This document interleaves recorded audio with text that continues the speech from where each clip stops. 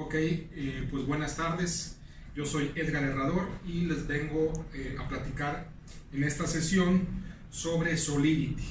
Entonces es un vistazo general, un repaso, y nos vamos a enfocar en Solidity como el lenguaje de programación para generar smart contracts. Vamos a ver cómo trabaja, vamos a ver cómo codificamos un smart contract. Son dos temas que vamos a cubrir, que es la parte introductoria y la programación. Bien, pues empecemos.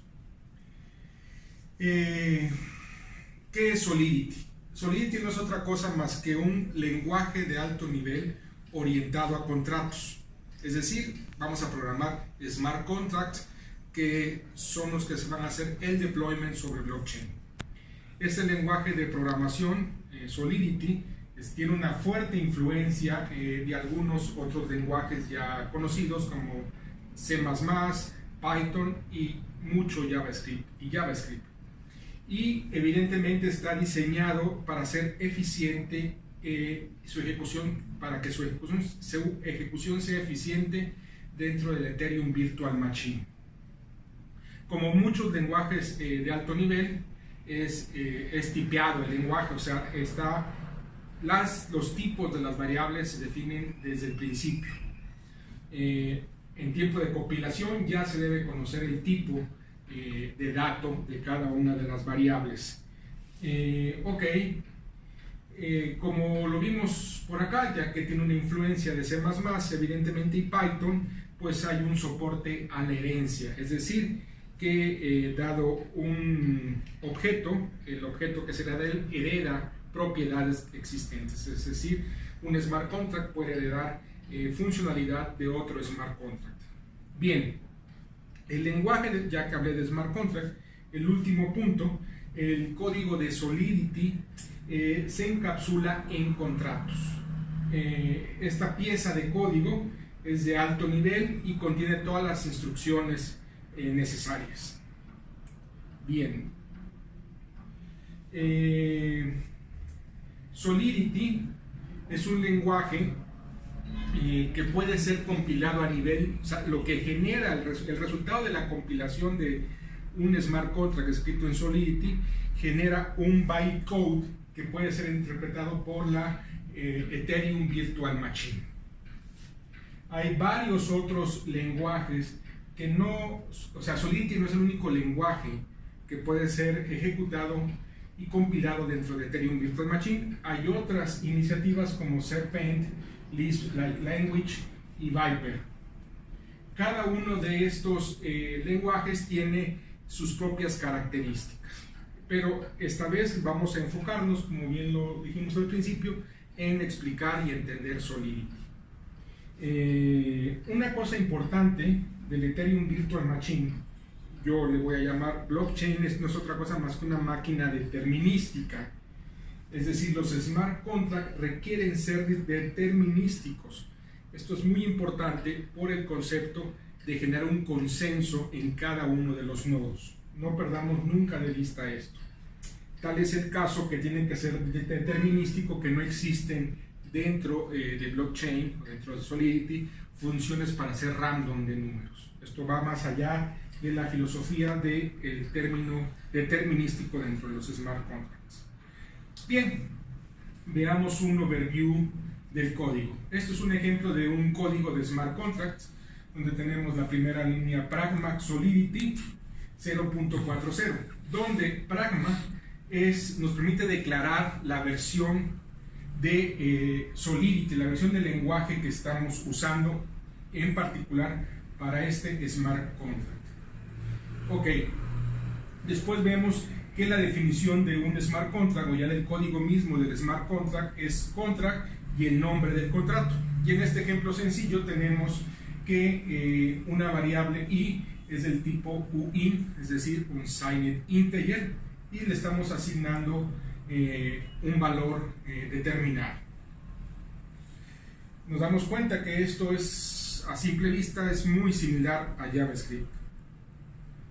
Bueno, las áreas de memoria ¿Cómo son dentro de los smart contracts, en Solidity, en el blockchain, en Ethereum Virtual Machine?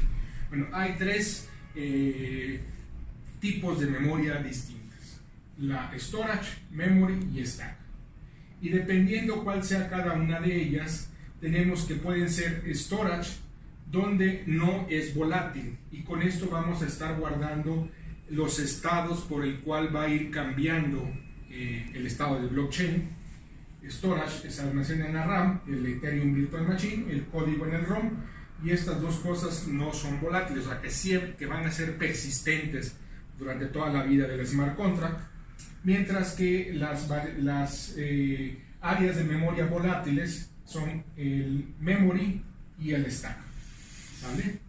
Es decir, cuando por ejemplo memory, para el paso de parámetros de entrada a una función, esto se maneja como memory.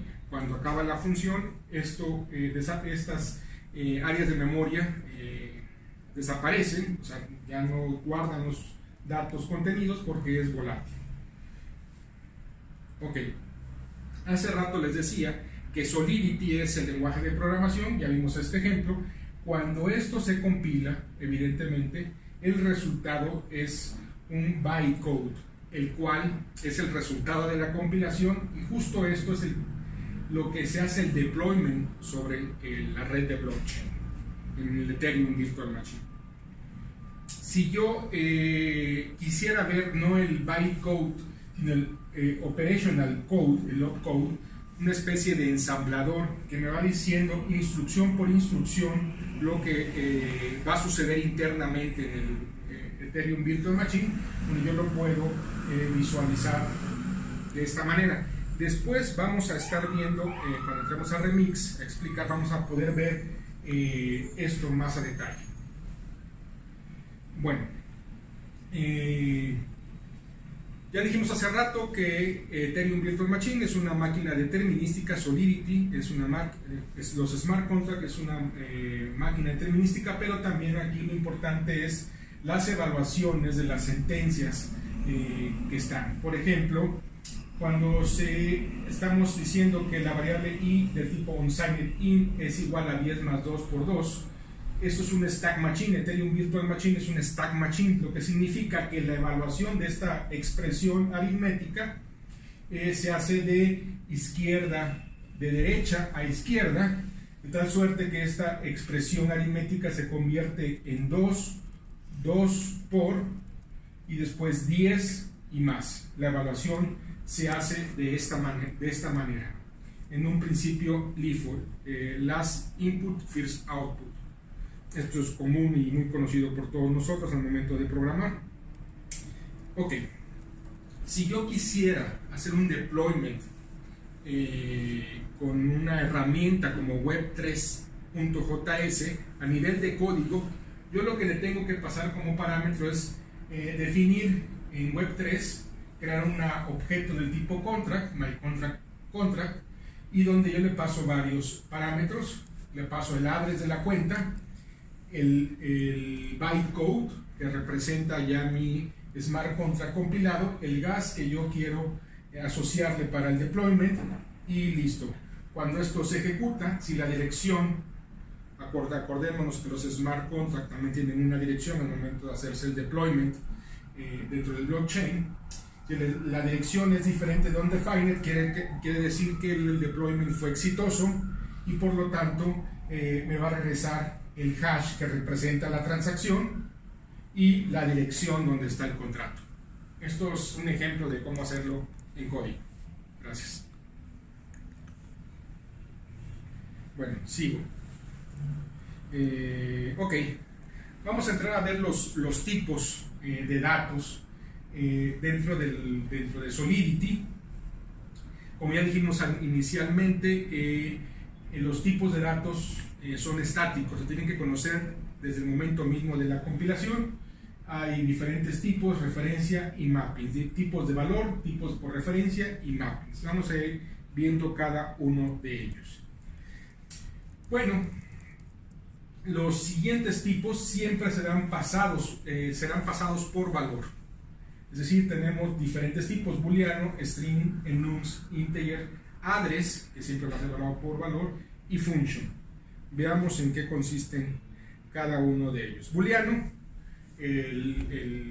la palabra clave dentro del lenguaje de programación de Solidity es bool y tiene dos valores posibles, true o false, y los operadores sobre los cuales va a poder trabajar es la negación lógica, la conjunción, la disyunción, es muy parecido a cualquier otro lenguaje que hayamos usado, la igualdad y la desigualdad. Aquí tenemos que X es un booleano y le estamos asignando el valor de true, y después hacemos una condición donde X es diferente de true, entonces se ejecuta lo que está en esta parte del bloque de ejecución del programa de Solidity. Integers es cuando queramos definir un tipo entero, lo podemos hacer int, que es un entero con signo, o un uint, un unsigned, un entero sin signo, es decir, que va de 0 en adelante, y varía su longitud a nivel de bits de cuánto puede guardar, y siempre va en pasos de 8, 16, 32, etcétera, hasta int 256 o uint 256 es la longitud de bits para almacenar un número entero más grande, ¿sí? Por default, cuando yo declaro un int, representa un int 256 y uint representa un uint 256, o sea, es un entero muy largo, ¿no? De 256 bits de longitud, eso es lo que está ahí. Después los operadores que aplican sobre enteros es menor igual, igual, diferente, mayor igual y mayor. Hay operadores a nivel de bits, operadores aritméticos que aplican a los enteros, como los conocemos en cualquier otro ejemplo de lenguajes de programación, y aquí hay un ejemplo. Declaro dos variables de uint64, las asigno valor y después las comparo. Justo lo estamos ejemplificando. Bueno, aquí viene una parte muy importante. Llegamos a address. Como sabemos, address es un punto muy importante dentro de blockchain, dentro de Ethereum, porque significa el address está asociado a un nodo, o bien que es el externo, o bien un address está asociado hacia un smart contract que se hizo el deployment sobre Ethereum Virtual Machine. Y bueno, las address es su keyword y tiene un valor del tamaño de la dirección, son 20 bytes, y también se le aplican este tipo de operadores de comparación. Tenemos un ejemplo de address y tenemos funciones globales aplicables al address: balance, transfer, send, call. Cuando yo deseo transferir un monto de una dirección a otra, para obtener el balance de un smart contract, obtener el balance de un nodo, o sea, que representa el balance de un nodo, son las funciones globales que se pueden aplicar al tipo de dato address. Y llegamos a otro que son el manejo de strings o literales, que pueden ser escritas entre comillas o con apóstrofes. Siempre son de longitud fija, de 0 hasta 32 bytes, y también podemos trabajar las literales en formato hexadecimal. Aquí hay un ejemplo de un string y un ejemplo en formato hexadecimal. Y bueno, venimos a los enums. Los enums también existen en otros lenguajes de programación. Su keyword es el enum. Permiten crear tipos definidos por el usuario dentro de Solidity. Tenemos un ejemplo. En un enum se llama Action Choices: go left, go right o go straight. Y tenemos una variable de este tipo enum, y por aquí le asignamos a esa variable un valor de Action Choice, de ese enum.